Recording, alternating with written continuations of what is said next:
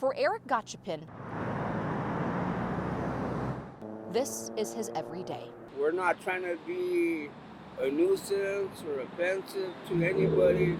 We're just trying to live one day at a time. For the last 6 years, he's lived on the streets, panhandling in medians to get by. There's more traffic and the stoplight's a little longer. He's one of several panhandlers across the Duke City. According to the Governor's Highway Safety Association, New Mexico tops the list with the most pedestrian deaths across the nation, the state holding that ranking since 2016. The Department of Transportation reports in 2018, 84 pedestrians died after being hit by a vehicle. That jumps to 103 in 2021 and dipped slightly to 98 last year. Because of this, the city of Albuquerque unveiled a new median safety ordinance in May of 2023. The goal, to reduce pedestrian deaths. The roadways, we don't want the roadways to be occupied by the pedestrians, and then also prohibited medians. Albuquerque Police Commander Luke Langwit says the ordinance only applies to medians 4 feet wide or smaller, because the chances of getting hurt, according to APD, are greater on more narrow medians. At least 45 of these signs are now placed across some of the busiest intersections in Albuquerque, warning panhandlers of the change. Officers are also tasked with giving panhandlers like Eric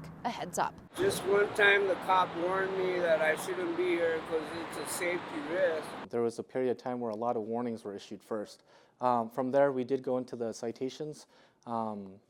From then until now, about 55 citations has been issued to these individuals. Each citation coming with a $100 fine. We decided to see if the ordinance is actually working, so we hit the streets. We're here at the intersection of Pan American and I-25 right near Montgomery, and you can see there's a panhandler right here on this median.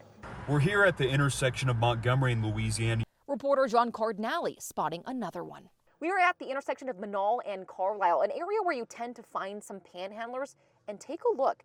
All of these intersections on the medians, not a single panhandler. We drove across the Duke City, and that was a common theme. Most medians empty. We don't want these individuals to be hurt. We want to keep them safe. If they're living out here in the streets, it's like the ultimate goal is to connect them to resources to get them off the streets. But moving them to a safer location is definitely the goal in mind. But for people like Eric, he disagrees. I don't believe it's right because we're not bothering nobody. We're not walking up to people. The increase in pedestrian deaths also catching the attention of Governor Michelle Lujan Grisham, causing her to say this during this year's State of the State address. I'm also proposing that we end unsafe practices related to panhandling on our streets. We have one of the highest pedestrian fatality rates in the entire country. In a situation where drivers and their children as passengers are at increased risk. And it's not tenable, and we can do something about it. According to the governor's office, a bill has yet to be filed, but they plan to do that very soon.